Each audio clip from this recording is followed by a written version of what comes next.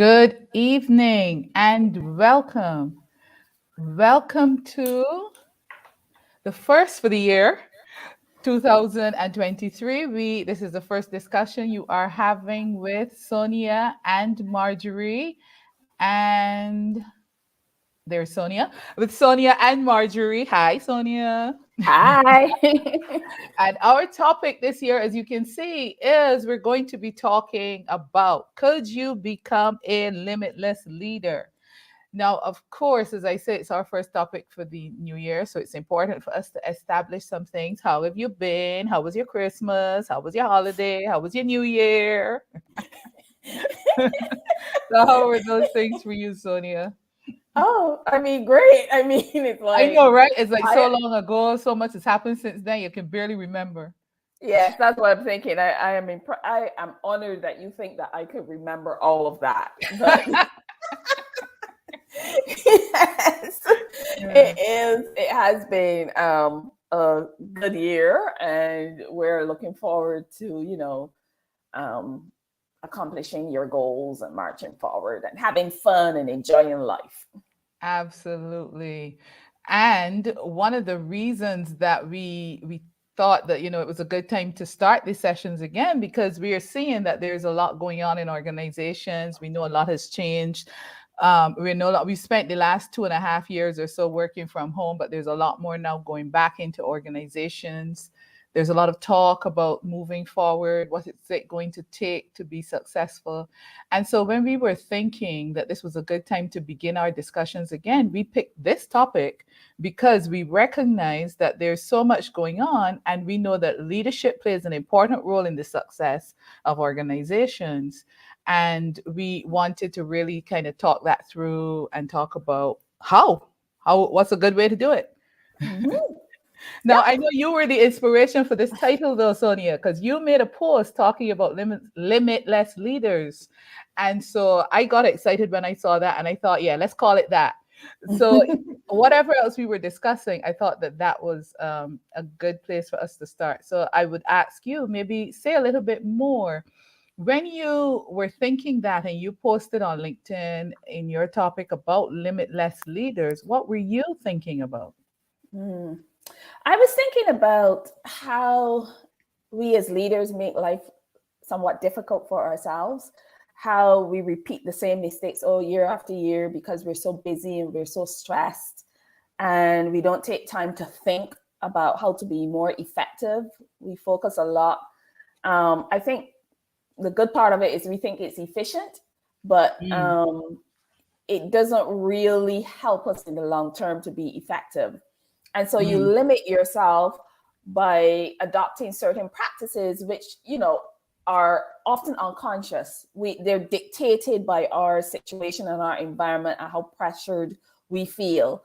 Whereas if you want to be limitless, you need to think strategically and really sit and say, what are those non-negotiables that need to happen so that I can, over the long term, be rewarded for the investment of time that I made. So okay. that's what I was thinking. Was that clear in terms of? Somewhat, but that's all right. We will delve into it as Oh, we go okay. on. I know one of the things that we talk about when we talk about leaders a lot, we talk about the fact that leaders have to see the possibilities and they have to see what their people can bring to the organization and not just be focused on maybe the negative aspects or focus only on control, but be thinking about innovation, be thinking about growth, be thinking about development and those types of things. So when I saw the limitless leader as a topic, for me, a limitless leader, I think, yes, all of those things that you've said, but I'm also picturing someone who sees the potential in their people and Right. really creates that kind of enabling environment to help the individuals grow. And we always talk about that as an important role that a leader must play. Yes, yes. You know? So those are the actual. So that's like a great example of what I mean when you're trying to be, you're dictated by time. So what it generally forces you to do is to judge how your people are performing rather than figure out how can I uplift the performance of my team. And Yeah. And the former, where you just sit back and you just, I think last week I was hearing lots of people talking about the fact that they have to do performance evaluations. And Mm-hmm. when people think of leadership, they think of, oh my goodness, this is such, I left it to the last moment and I'm doing that. And I'm thinking, you're limited when you think like that. Mm-hmm. You're limited when you think like that. Limitless is, I love performance evaluations. This is a wonderful time for me to see and to measure how much the work that I have put in through the quarter have paid off, because I have been coaching, I have been upskilling, I have been empathetic, I have been emotionally agile, demonstrating emotional intelligence to really uplift the performance of my team. And then by the time I get to performance evaluation, it's really about seeing how that has paid off. And if you do it right, it pays off. So limited is you just expecting people to do the work. Limitless is understanding that you play a role in helping people to not only meet the deadline, but surpass it. Absolutely. And I like that you've gone there. And one of the things that we are hearing a lot about now, and I think this is really where our research started when we started looking at the topic and what we wanted to do for the first session this year. We looked at the fact that internationally, a lot of research is showing that organizational leaders, so the CEOs, the executives, the C-suite individuals, they are worried about and concerned about how to help their organizations thrive, how to help the organization grow, move forward, and achieve more. And they've recognized that there's a great importance in terms of organizational culture. And so, what I'm thinking of when I hear you talk about the limitless leader, and when I think about, and I know how we see leadership and when we want to encourage leadership in an organization, I know that organizational culture has to play an important part in that, because that is really key to supporting the performance of individuals. And so that jumped into my mind just now when you were talking about performance management, because it's the culture of an organization that really makes the individuals feel that the performance appraisal and the performance management is this one-time act. You do it Yes, one yes. time, it is burdensome, it is a problem, it is so much. And you have to get these out of the way so you can get back to doing your work, as opposed to seeing it as part of that culture of development and growth and individual motivation and helping people to thrive in the environment. Yes. And Yeah. you and I, this is where we start to, where you've got to Repeat each rein me other. back in. No, we're not repeating each other, but you got to rein me back in. Because I'm like, leaders know these things. They know these things. They Yeah. know that the culture is important. They know that they have to work with people and coach people. What I think separates good leaders from great leaders is the ability to craft and cultivate the time to do that, to close that knowing doing gap. So in the midst of crises and fast pace, still be able to put a stake down and say, okay, how do I actualize and concretely live out these values? How do I make time to do that? Because the average leader will tell you, oh, well, we want to do that, but, I don't have time. I just have too much work, which is all true, by the way. Yeah. The leadership says one thing, but then when you want to take time to really delve into coaching, they're like really focused on the outcome. So you're feeling pressured. So all of these things crumble along the wayside. And then what happens is that you get the same behavior over and over, the same outcome over and over again. It's like leaders and organizations are on a wheel where they start the year with these grand, we must achieve certain goals, we must grow, we must innovate. Then they go on and do everything opposite to getting that. And then at the end of whatever quarter, they realize, we are not meeting, we're in trouble. And then they start that whole process over again. And they may toss in, as we see, some layoffs to affect it.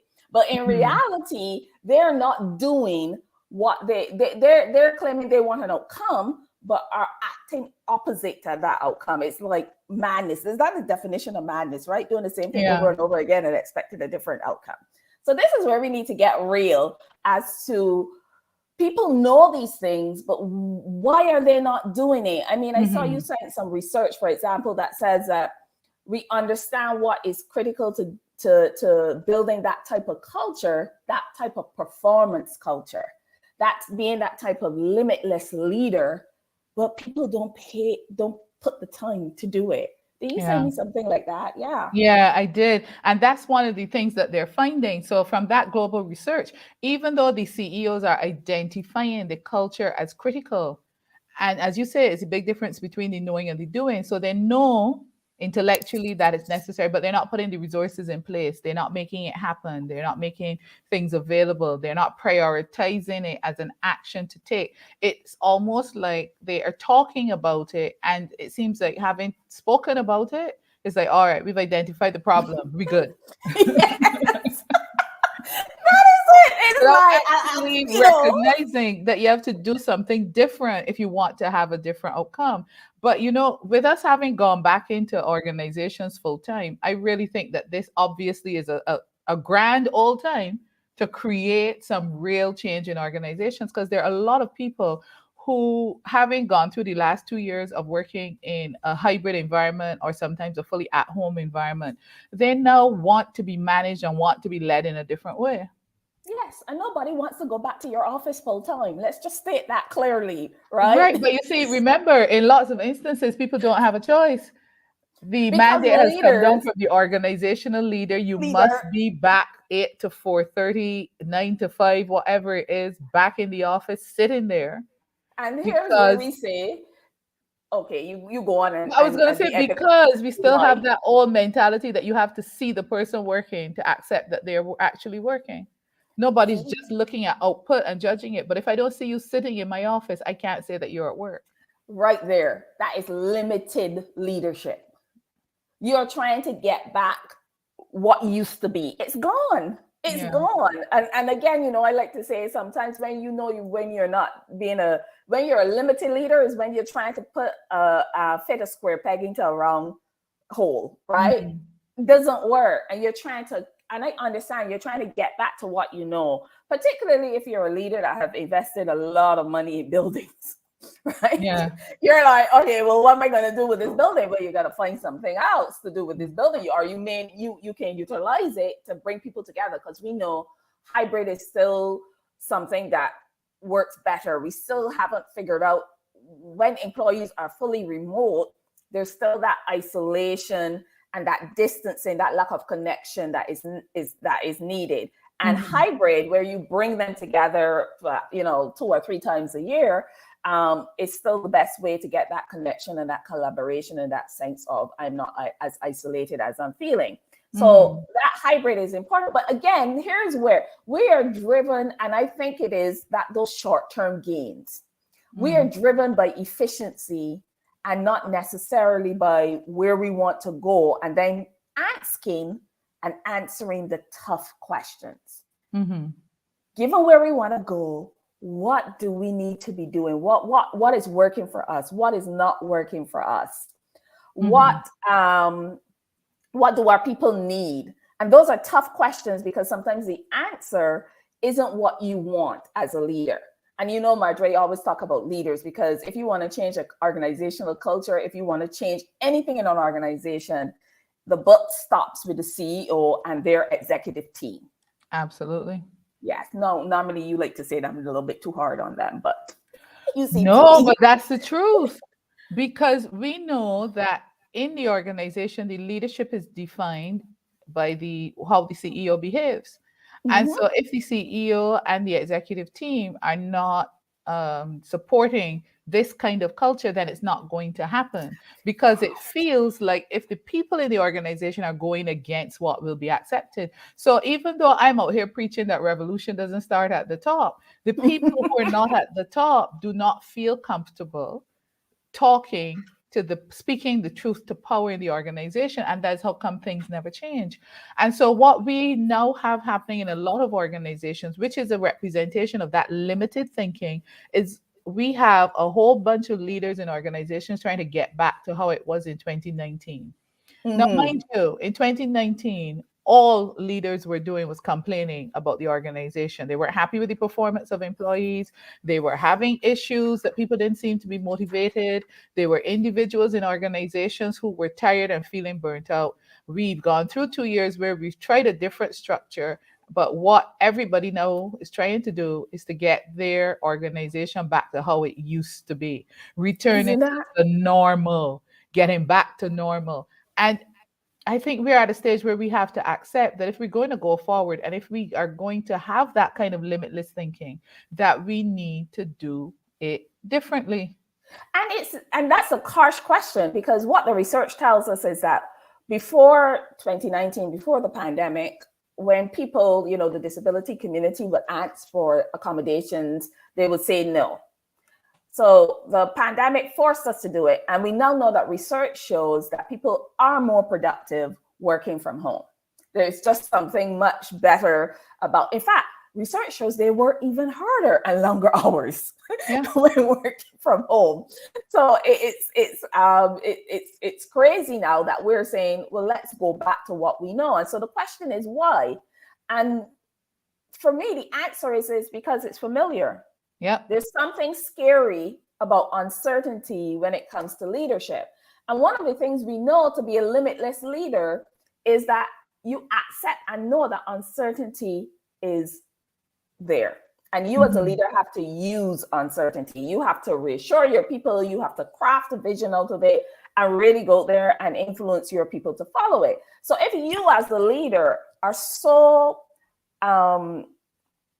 undermined or rattled by the uncertainty that you are seeking to go back to what you know, then this is another reason why the results are you're looking for growth and you don't get it.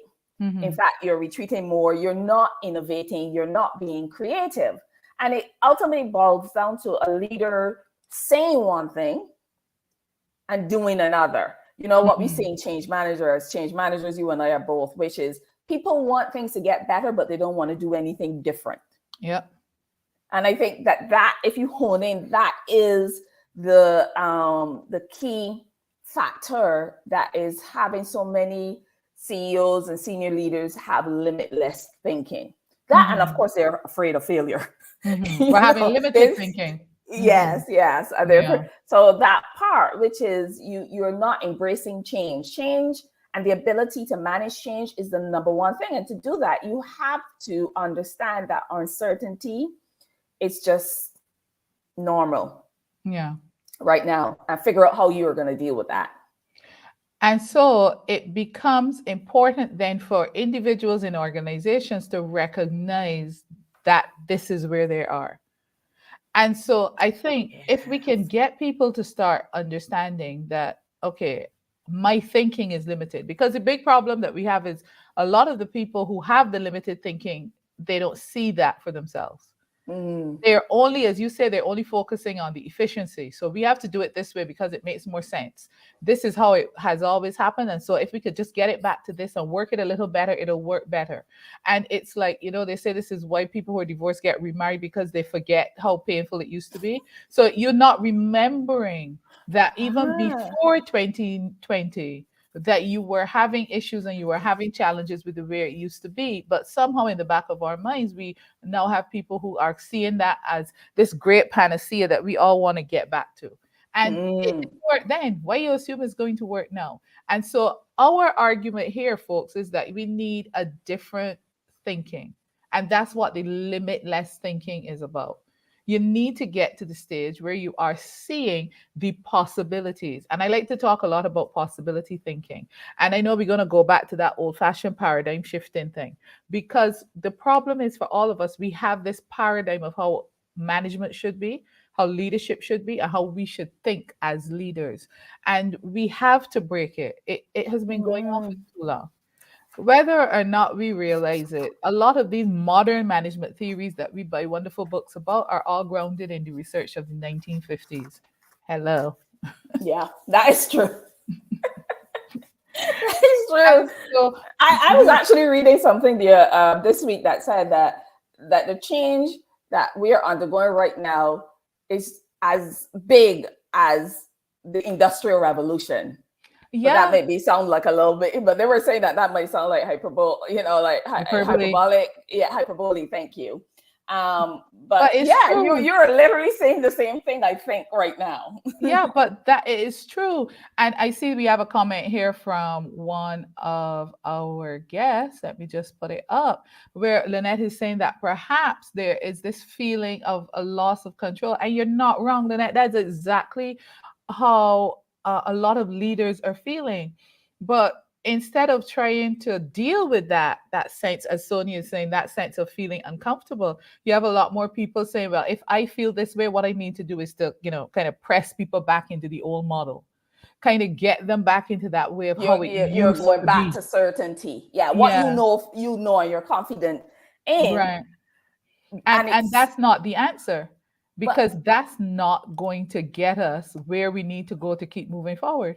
I'm fascinated by the fact that you think that of it's like an aha moment where what you and Lynette just said is that people don't know that that's how they they don't recognize that's how they feel. Wait, I'm stunned that you're shocked by that. I'm stunned that you're shocked by I that. know you It's like don't literally for a recognize. moment there, I didn't know how to respond. What do you mean that you're shocked by that? Listen, Like that there was like are, last week, this or was it this week or last week? Someone said to me, "Well, why should people change?" And I was stunned because I'm like, "What do you mean? Of course, everyone knows that you adapt or die." And this is what you always tell me that people are not aware of it. I think that I thought you are aware that you are afraid of uncertainty, but you just don't know what to do. You don't know how to overcome that fear, that sense of I loss. don't, You're I don't stuck think, there trying to figure out how to manage it, and until you do, you're trying to retreat to the present. But it is a very good factor to note that people don't even realize that they're because I yeah. think many times what we do, we have a feeling, it's a little bit disturbing. It doesn't feel right, and so we look for the source of it and completely get it wrong. Mm, So you looking at the fact that the people in the organization want to have this new way of working. It feels uncomfortable to you as a leader. You don't think that that's natural and normal. You figure that those people are the problem. And so what we need to do is to get them back to a place where, it's something we oh understand and we yes. know, because what they're doing is totally crazy. And, it just isn't working the way it used to. So rather than seeing that what they're doing is good and the discomfort is just a part of the process, we immediately assume that we have to get rid of the discomfort. Yes, I can see that. But when you are a great leader, one of the key things is that you self interrogate and you understand, or you should, yeah, this is where the problem should be. Because I'm That about word to should. go. Now, you want to know, you want to recall that there are many people out there who are on the path to becoming great leaders, but there are many more who are not. Mhm. There Yes, are you're right. many I people out always there think who don't people even are, realize that they're not great leaders. yeah, because you can be a great leader and you're still struggling, right? Yeah. In these times, it's that difficult. In these times, you're a great leader. You know that you have to find time to prioritize. It's like you have to find time to prioritize certain things to get it, but you just literally are being buried by emergencies, Hmm. and that's who I'm talking to. Yeah. Marjorie's talking to everybody else that don't realize. And with what you hear that's happening in the world economically, where it seems to be going, where you're having these challenges and these issues, some economies are growing, but when you hear the predictions from economists, it doesn't seem like it's going to be a consistent upward trend. Mhm. Trend. You're going to have more organizations that are feeling pressured, and you're going to have more individuals that are feeling pressured as they're hearing this news.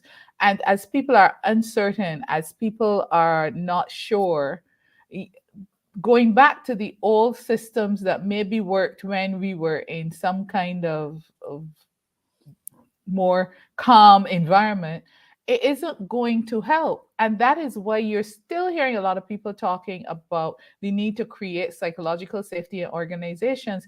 If you have individuals in an organization who, because they recognize the organization is going through challenges, they're trying to come up with new ideas. They're trying to say, well, this doesn't work, and I think we ought to do that. And the leadership isn't creating an environment where they feel safe because the leadership themselves don't feel safe because they're worried that, I can't deal with this discomfort, then we are not going to get people wanting to be innovative, wanting to be creative, wanting to keep pushing to move it forward, wanting to give their all. And that's how, because the number one issue that we have seen in organizations globally is the need to figure out how to retain good, talented people. That is how the talented people are leaving the organization and trying to find environments where they feel that they can make real contributions. So if you're trying to be successful as a leader and you're trying to become a limitless leader, you have to be comfortable trying to create an environment that is going to encourage your people to stay. Because and leaders know that this happens all the time. The ones you want to stay will be the ones who would be the first ones out the door when they Okay, don't feel comfortable. listen, I do quick change projects all the time. The first thing, that's it. The person, first of all, the person who's an excellent leader and excellent employee, they always stay ready, always, and they're the first one to jump ship because they know this boat is sinking. Well, you while you're still thinking this boat, because it's floating, they can tell, and they will leave as they should. I always say to prioritize that. So let's talk to people who don't know, who don't understand. And as you say, they're in that discomfort and they are afraid of the uncertainty. They have that sense of loss of control Mm-hmm. where they don't feel like I have a handle on this. Mm-hmm. So let's talk to them and say, well, that is normal. Yes. Really, does anybody know what they're doing or have a sense of control? You can't give me one person out there, probably a child sitting in a classroom, and they will tell you, no, the teacher makes me do things. But anybody with any significant or any ounce of responsibility will allow you to know that we don't know when you're leading a team in this environment what's going to happen. So you have to Yeah. get comfortable with not knowing. And if, as you're saying, you're uncomfortable, you feel exposed, you feel imposter syndrome when you don't know what you're doing, That's relax. normal. That's normal. Everybody's doing it. They just hide it better than you. Yeah. You know. And I like to say as well that it's not that you want to hide it even, but and it's true some people are working to hide it, but if you can get to the point where you don't spend all your time trying to hide it, You but you are. own it, you So accept it. So of you course you have to know time and place because you don't necessarily you can't be the leader and you walk into the organization and say, "Oh God, woe is me," because the whole listen. ship will collapse. But you If people are looking at you as a leader and you look worried, then they know to be worried, right? exactly. So Right. it's So that's time why and we say place. put Yeah. the mask on yourself first before you Right. do it. So with change, you have to process it for yourself. So we say that it's normal to not know what you're doing, what's happening. It's normal to not be certain. Yeah. And so there's a discomfort associated about that because every moment of our waking life is about seeking certainty, Mm-hmm. really, as a human being. Yeah. And so that's where that discomfort is coming from. So you relax. And when you relax, therefore, you come out of that, your amygdala is relaxing. So you come out of that fight or flight period where you cannot think. You cannot think when you are scared or you're uncertain, you're scared of making the wrong move, you're concentrated on trying to protect your reputation as if you don't know what to do. So once you have done that, once you've admitted that to yourself, then you are free to do what is necessary to be a great leader and a limitless thinker, which is to lean into curiosity and be open to what is possibilities, no matter Mm-hmm. where you can get it from. So therefore, in your mindset, when someone comes and gives you an opposing view, you don't therefore take it as an attack. You don't see your discomfort as a means to shut them down. You are curious and therefore trying to figure out, what can I use from this? What can this inspire in me? What is this opening up for me? Yeah. And so that allows you to retain some sense of if you want to say control, or some sense of what to do when you're feeling uncomfortable, when you're in that discomfort. What do? I lean into curiosity. I become open. I ask myself, what do I not know? Who has that information? So that you can go and then you can start gathering data that you can utilize and turn into information. So I Yeah, think that that's a foundation piece I agree there with that. I'm that agreeing with that. I thought was there before that. I And then spent you growing up clueless about let's not make missing. any assumptions. And then the second thing I would say is to add on to that, I would say get to know yourself, Mm, meaning that that self development, that self awareness is an important part of the process. So yes, lean into the curiosity because that's the thing that you need to know how to do. And part of what you want to do is to know yourself well enough to know what your strengths are, what your areas for improvement are, and have some plan or system for how you're going to utilize your strengths and manage around those areas for improvement. Because a lot of the times, the reason why we feel so uncertain when we are facing uncertainty, or we feel so fearful when we're facing uncertainty, is because we are not sure we can handle what is coming. But if mm, you're approaching it with that sense of curiosity and you know for yourself, okay, all right, this is an uncertain situation, but I can handle it. I can cope with it. Even if I fall, I can get back up. I'm not useless. There are things I have, there are things I know. If I don't know this other thing, I know how to go get it. And you begin to build that, helps you to build that comfort level with that sense of uncertainty. So get to know yourself. That's where the self reflection you were talking about earlier, Sonia, comes in.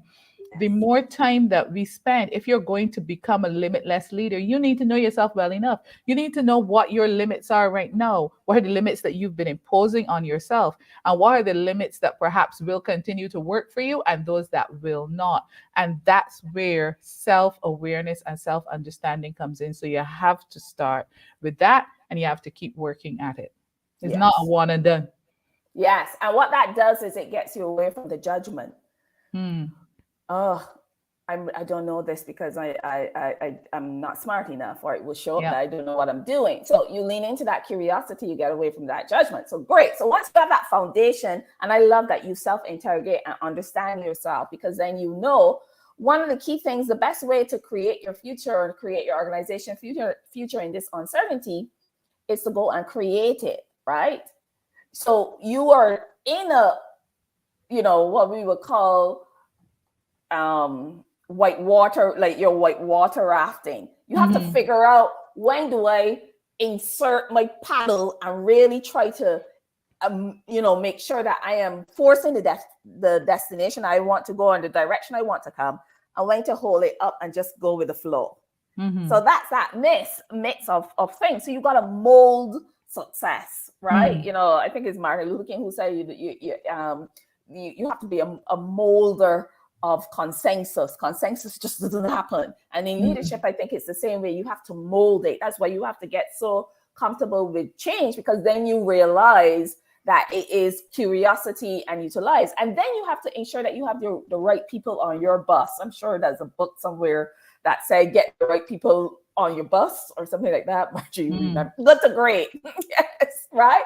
So that, because the people on your bus, the people on your team, those are the people that are going to help you. And Hmm. those are the people that you want to ensure have the right skills. So as you were saying, Marjorie, you really want to know yourself, know what skills where your strengths are, know where your weaknesses are, so you can work around those by having shared leadership. So you build a team that I'm not good at X, I'm not good at this, but Marjorie, you're excellent at it. So you're going to lead us when we come to this area. And once you have that team, then, and I know that's a big jump. Once you have that team, because I know there are lots of people out there going, but I don't have that.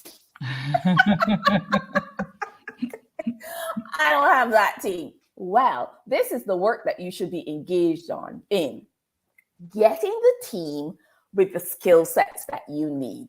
Hmm. Because once you have a good team, then you can really focus on strengthening and uplifting and building their capacity. And as their capacity grows, your life gets easier and easier. As Mm-hmm. opposed, limited is you don't have the team that you want, and you sit there trying to force people into positions and to do things that they're just not good at, right? And Mm-hmm. so you have to do the work to build that team. It means that you have to, if you need some person who's best someplace else, you have to do the work to get them out of the organization and out of your department. If you need a particular talent, you have to do the recruiting work and really work with your HR team and your HR people to build that team. And that is work. And sometimes leaders don't they delegate that and just complain when they don't get the results that they want because they weren't active participants. And I know every HR person out there is probably nodding their head right now and saying, yep, we know exactly what you're talking about, Sonia. Mm-hmm. I was also thinking, as you're saying that there are some organizations, however, where the leaders don't have that flexibility at all. So you have to work with who you get. Yes. They don't Oh, have well, that's flexibility. yes. Once Mm-hmm. once they've come to them, they turn up on Monday, let's say, and the people are there to work with them, and they have to work with that. That was the first time they knew who the person was for the role when they turned up. Well, there's a And plan for so that as well. and If yeah. exactly. And so, what I would say is the people who face that situation, or perhaps you have people on your team where maybe it's not even that, but you could see that they're trying, but they just don't have what is required. If you're going to become a limitless leader, then part of your responsibility is to help them grow. Because one of the biggest roles of leaders everywhere, remember, is to develop more leaders. So you don't just want your people to be there locked in, only doing A, B, and C. If you see that they have the potential to do F, G, and Y, then what can you do to help support their development? There are many times when some leaders will say, well, no, I can't take them all the way to Y, because if they know that, then I will no longer have a job. So, I have to protect my little pick. But Oh, I always like to say we're not talking to those leaders, but right, I that am is not. part of the limited thinking. But Sonia, sometimes you have to remember, sometimes it's never all or nothing. Sometimes No, that's true. Not you have the good that is person, absolutely but they still accurate. have that idea that was implanted to them when they started working, or they heard Yes, it from yes, somebody else and it's still somewhere in the back of their mind. So sometimes we still have to throw the idea out there so that you can shine a that is light on true. it and realize that maybe it's holding you back and you need to dig it out by its roots. Yes, So, yes. Thank so you, Marjorie, for holding me accountable. I love, yes, loving accountability. I appreciate it. Yes, you are So, right. just to say, understand that part of your responsibility as a limitless leader is the development of other people. And that's where the performance management that Sonia had mentioned at the beginning comes in. Because in any successful organization, even if your organization doesn't have a good performance management system, and yes, we know there are still some out there, even if that is the reality, as a leader, you need to give people feedback on their performance. There is no reason, remember, no reason Mm-hmm. whatsoever that by the time the performance rolls around at the end of the year, when you sit in there to talk to people before you discuss bonus, there's no reason by the time they get there, it should be a surprise. Whatever you Mm-hmm. have to say to them then should be building on all that engagement and information and sharing and assistance and coaching and support that you were given, and discipline if necessary, that you were given throughout the entire year. That is part of what it means to be a limitless leader. And I also want to add this piece in about possibility thinking, because there are times when individuals do not see what is possible for themselves. And Mm. it could be that you as a leader could see potential in a person that they don't see for themselves, and it becomes your responsibility to help them see it. Now, that might mean that as a leader, you're not very popular with your people because you keep pushing them and you keep forcing them to live to high standards, and they don't hear Mm-hmm. that. They don't want to hear it, and they think that you're a problem. But if you're going to be successful and you're going to take people forward and you're going to succeed yourself, you want to keep pushing the envelope for individuals so that they are committed to their own growth the same way that you're committed to yours.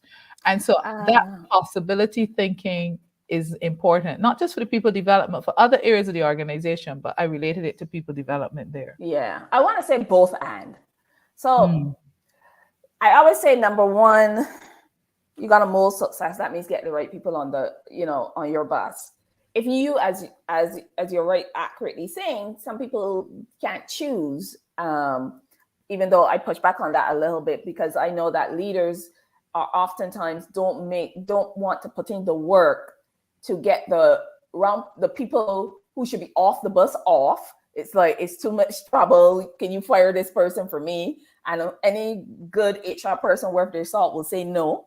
If you want to fire someone on your team, you're the one that has to do it. You're the one that have to do it and invest the time and the energy. But if you do have some people, the number one thing I always say to you is when you know yourself, then you have to know your team. And you have to know their capability, their capacity, and their potential. Their capability, their capacity, and their potential. And once you know their capability and their capacity, so if out of 10, they are an 8 with the potential to be a 10, then wonderful. You can work with them. You're like, I'm going to get an 8, push you to 8, and then I'm going to coach you to a 10. If you have some person who is a 3, then you get every ounce of that 3. Leave nothing is limited. You get that 3. I want a full 3 out of you, because that's your capability, and that's your capacity, and your potential may be a 5, and I can push you to there. And then there may be somebody else that their capability, their capacity, and their potential are all 5. In other words, I don't want to get any better. I'm quite happy as I am. I have a lovely job that I enjoy. I don't want to be pushed. And you have to honor that. You have to say, well, let me get every ounce, all 5, and understand that I'm not going to be able to push this person to 7, because not everyone we're different. Some people come into a job they don't want to grow. They don't want to develop. They just want to be competent, do their best, and then go home to their family. That's where all their attention and energy is. And I believe that they should be allowed to do that. Or if you need some person I want people who are all aiming to be 10s, then you have to make that clear, so the people who are comfortable being at a 5 can opt off your team. Because there's nothing wrong with coming into an office and saying, this is how much I'm willing to give. There's absolutely nothing. I may have the capacity and potential of a 10, but that's going to my home life, not in here and not in this job. And that's okay. And I don't agree with a leader saying, oh, but you have so much. No. Okay. This is a partnership here. Yeah. So both, and I agree with you. Always look, if some person wants to be a 10 and they're at a 5, then you can definitely work with them. But ensure that this is, if not, you're going to put a lot of energy and attention into people who just don't want it and never asked for it. Okay. Yeah. Okay. From that point of view, I'll agree. Yeah. I agree with that. I know you're always like, I know I'm there evaluating it to see. Yes. But yeah, I agree with you on that, because you're absolutely right. You can lead the horse to water, but you can't make them drink. So and I don't agree waste with your you. time pouring water into the sea when you could be moving on to somebody else who is actually they're willing to grow. They want to be more, and they want your time and your attention. So yeah. that, I think, brings me to another thing then, that I think you were going to say something just now. You said I was just going to say that I find that works really well for me as a leader, when I realize and I figure out on a team where people want to go. Yeah. And I learned that people don't all have to have the capacity of a 10 to really be valuable on a team. Agreed. They're really giving their all, and it may not be as skilled as the other person, but they're making a valuable contribution. And when you talk about performance appraisal or performance management, nothing motivates a person more, nothing, than recognizing when they've done good work and letting them know that you've seen them. So yeah. So the next one I would suggest, if you're going to be a limitless leader, to tie into that, you need to understand the people, which is what we were just talking about. So you need to understand your people, understand what they need in order to succeed, and be in a position to give it to them. And you need to understand the processes in your organization. Many times people are frustrated It's probably a good way of looking at it. They're frustrated by how the organization works. They don't like it. Nothing works in here. Nothing happens. There's no way that we can get anything done. And they quarrel and they rant and they rave. And then along comes somebody else and they just say, I don't understand what you mean. And they go bloop, bloop, bloop, and they make it happen. And you hear feedback then, well, they don't like me, but they like them.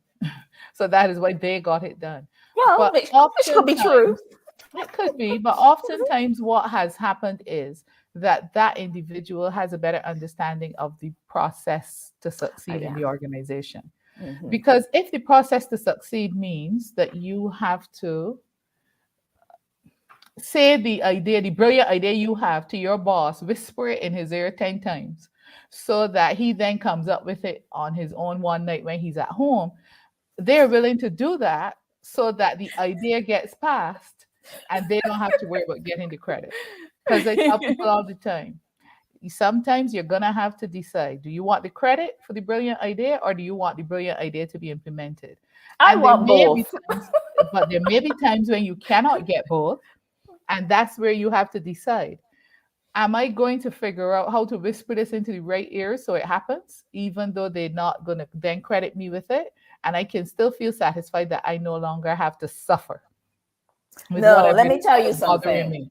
So, Credit okay, well, before equals you argue or reward. disagree with me, Okay, all right. before you argue or disagree with me, I'm just saying that I believe it is important that you need to know the process, how things work in the Yes, organization, what it's going to yes, take in order for you to achieve your goals, your objectives, and know how to work the system. So over to you, Sonia. yes. So I agree with that. What I disagree with very strongly, people out there, is not getting the credit, because Mm, credit equals reward. mm, And this is not a nonprofit that you're in. You're going to work every day for a goal and you want to be rewarded for what you ideas and value you bring. And so it is essential that you get the credit and that you are rewarded for it. And if the person that you're whispering it to is not going to give you the credit, then I like to say, always stay ready. People don't understand that in today's world there are great jobs out there just waiting for you. Go find one, put the energy and effort into one. But I do agree that it is important to really focus on how do I get things implemented. One of the things that I do a lot of, or analyze a lot of, DEI and employee engagement surveys. And one of the things that always comes up is that people have no idea how to advance their careers in organizations. That is always invisible. That access is not known. And mhm. it tells you that they don't understand the system. And I feel because leaders don't make it clear, because it's not based on merit as they like to purport. It's not based only on Okay, merit, that's nice of but you. it has no, it has there has to be merit because the leader then has to be able to stand up and justify why they picked that person. No, they pick a So lot of people based you on need, potential, so not you clear hard need, facts. so Yeah. what I Mhm. will say this to kind of add on then to what you were saying, Sonia, because I hear what you're saying about um, getting credit, and it is true. But there Mhm. are instances in organizations where individuals do not get credit, and then the individual becomes bitter because they didn't get credit and they don't suggest any ideas. So they're suffering and they're bitter. At least, if anything, get the change to happen so you're no longer suffering. You're bitter, but you're in comfort. Oh, well, if But that will more be the outcome, importantly, yes. though, instead of being bitter, what I suggest you need to do is learn how to promote yourself. So if you have succeeded and you were the one who came up with the brilliant idea and the boss didn't realize it came from you, you need to figure out how to insert yourself into the discussion. Well, I would always say and I would always suggest you have to figure out how to promote what you have been able to accomplish and what you've been able to do, because then it adds into the resume when you can then say to the next person that you're looking to move on to, well, I was a part of and I did this and I can create and I know how to do. So it is important that you can help things to happen. Yes, I Even if you agree. don't get the credit for it, don't stop coming up with ideas, because the ability to generate ideas gets better the more you do it. Hmm. So the Yes, more no, no, you do yes. it, you will develop the skill. 100% that. Yes, yes. And Don't stop. whoever only knows how to steal ideas, they can never compete with you if you learn how to position and how to promote yourself. Right. So Yes. I think you would need I to take, as always happens, you need to take a piece from what Sonia said and take a little piece from what I have said and figure out how it works best for you how it and works roll best. forward with that. But it really says to me that organizations are not being giving clear, transparent, equitable systems on how to advance people's careers. That Mhm. is needed.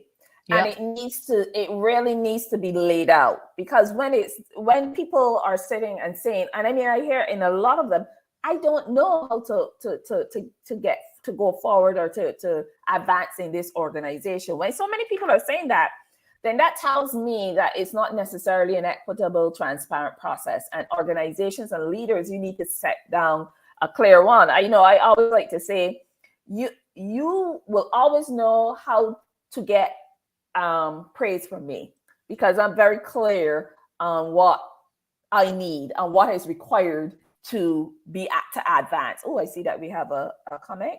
Yep. We have a comment that is supporting exactly what you are saying. One should not have to guess at what the system is. Good organizations make it plain, state it, communicate it, follow it with a great level of accountability and transparency. Yes, yes, yes, yes. Beautiful comment. It is absolutely true, because I find that is not it.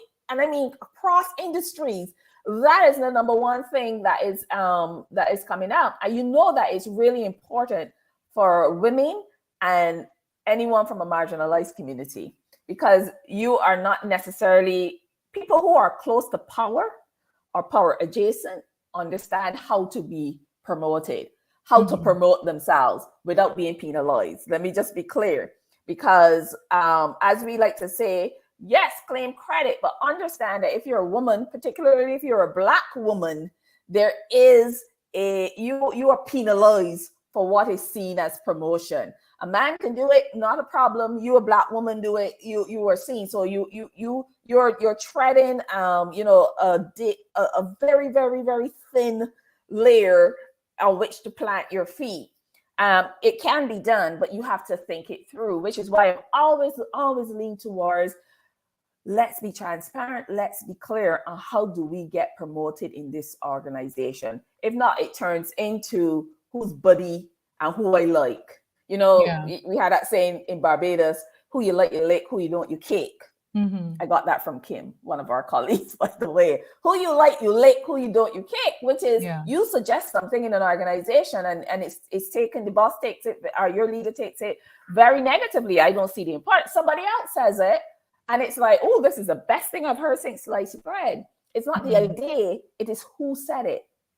And that is why I always emphasize it's important that, yes, while you want to keep coming up with ideas, that you listen out for those red flags where you have suggested an idea and the leader does not give you credit. That is a red flag, Mhm. because credit goes to rewards, which is how you're paid and how you are promoted.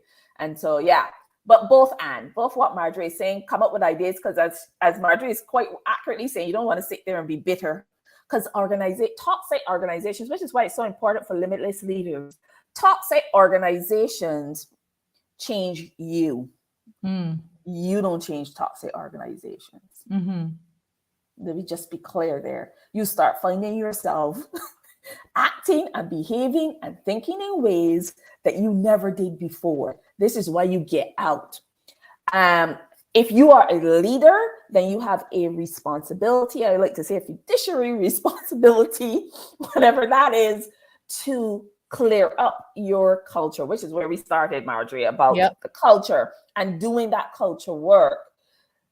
So now that we've established the foundation, you have within, as I said, that analogy, you're riding, you're in a boat and that the rapids, you have to know when to lift up that paddle and try to turn this boat. And that's the culture. You have to do it on the culture, because you, as Marty said, if there's no psychological safety, you might be head of the of a toxic culture, and the issue is you. Mhm. Me. Yeah. I'm the toxic leader. And for a lot of people, they don't know when they are a toxic leader. And that's why you Mhm. have to lean into curiosity so people can tell you gently and lovingly, Yeah. when you're engaged in actions that contributed to a toxic leader. But if you are in a toxic culture, leave. Trust. Because as Marjorie said, you get bitter and silent And uncomfortable. and uncomfortable and angry, and it just makes you miserable. And then Mm. then your goal in life becomes trying to make everybody around you miserable to justify why you're feeling that way. Mhm. Which is why we always say, if you're a member, if you have a team and you have some person on that is very bitter and you hiring somebody new, keep that new person away from them, because their main goal in life is to ensure that everyone validates how they're feeling, and they will Mhm. create that environment. Yeah. Okay, what next, Marjorie? Right. So, the third thing, if you're going to be a limitless leader, you need to have a vision and you need to be able to inspire people to follow it. And when you are bringing that into the organization and the organizational culture is one that is not an enabling environment, then it becomes more difficult. So that's why we talked about the importance of the culture, because culture is what you do repeatedly. And if you want the organizational culture to change, you have to change what everybody's doing repeatedly. So that's where the vision for how the organization can be different comes in. That is Mm. where your ability to inspire people, to inspire, if you can find the ones who want to run with you, then get them and inspire them to run with you to make things different. But as a limitless leader who is thinking about the possibilities, you have to see where the organization could potentially go. And you have to be able to share that with people and infect people with that enthusiasm for possibilities and that curiosity for how things can be done differently, and help them to understand how to analyze themselves and how to self interrogate and how to want to be better. That's your goal. And you have to focus on doing that repeatedly. And I know everybody tells me, everybody says it's easier said than done. I know it's Well, not if it easy. was if it was easier But said than done, they won't be paying you the big buck. Come on. okay, thank you. Thank you. Thank you for putting that out there. So it's not easy, but it is necessary. And as a leader, if you want to get that change and you want to break through those limits, you have to commit to making it happen. Inch by inch, step by step, brick by brick, as the song says. Oh, what song is that? I like that song. Step by step, Whitney Houston. Oh, okay. All right. I'm gonna go listen to that. Thank you. Well, I agree with you. One, if, and you and I are thinking the same way, because I think about what does it take to be a limitless leader, and the first one is to understand that uncertainty is there. It's discomforting, but change is essential, and so you have to mold success. You can't just sit there and hope. You can't sit there and not make a decision. You have to mold success. That's the mindset that Mm-hmm. you have. The second thing I say, you have to be a great people leader. And for to be a great people leader, you have to think about culture, Mm-hmm. which we discussed fully. And then the third thing is that you have to coach people towards greatness. And to coach people towards greatness, that means that you have to have empathy, you have to have emotional intelligence and personal leadership, and you have to have a vision, Mm-hmm. which just resonates with what you just said. Without a vision, you're not leading if you don't have. If you're not saying to people, "Hey, it's better over there. That's where we're going," then Yep. you're not leading, right? Yeah. You're saying to people, "Come with me." I know before we say, "Follow me," but now you're like, "Come with me." And where I am showing where I'm taking you is going to be so much better. And I need your Mm-hmm. input on how we get there. But I'm also going to ensure that I'm a great people leader and I'm a great culture builder, so that I can coach you to even better performance. And so that means that, as my article, where I said in my article, it means that as a leader, I'm not sitting here just judging your performance. I'm sitting here coaching you to make your performance much better. Mm-hmm. Absolutely. Yeah. So, in summary, then, since we have our three key points, you've mentioned yours, and my 3 points were focus on that possibility thinking, move beyond what you see as the Mhm. limits that exist, and think about what is possible. You're doing it for the organization, trying to be creative and innovative, but you're also doing it for individuals and the individual performance. You need to understand the people and understand the process. So, as Sonia had mentioned, you need to know what your people see as their limits, those people who want to run and become better, and those people who are perfectly happy where they are working at their level 5, and they don't want you pushing them to be 5.5 nor 6, far less anything else. And then look also to know the individuals who are at 3, but they want, if you would just help them to get it, they want to push to become a 10. So know your people, know the process, know how success is earned in your organization, and if you're the leader and making the decision about that, help the other members of the leadership team to understand that it is vital that the process for promotion and access to resources and success in the organization needs to be clear. Leaders always need to explain to their teams clearly what it takes in order to achieve success. How will Yes. you know when you have met my objectives? How will you know when you're achieving the goals that I am setting for you? And then the last one is having a vision, being able to communicate and share that vision and inspire people to work with you to help you make it happen. Those for me are the three things that any limitless leader is going to need to have in order to succeed in the environment now and in the future.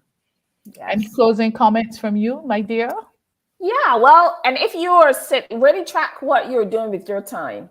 And if these are not the actions that you're engaging in, then know that you're not setting yourself up for an easy life as a leader. Absolutely. Mhm. Absolutely. Yeah. And what we want is to have more limitless leaders in organizations. As we look at where we are now with how we are working and we look at what is going to be needed in the future, we know that that kind of thinking, that openness, the curiosity, the willingness to change, the willingness to support the development of individuals is what is absolutely necessary for the future. So I think we had a very good discussion this evening. And thank you to those of you who joined us and shared your Yes, comments thank with you. us. Yes, thank you for adding to our discussion.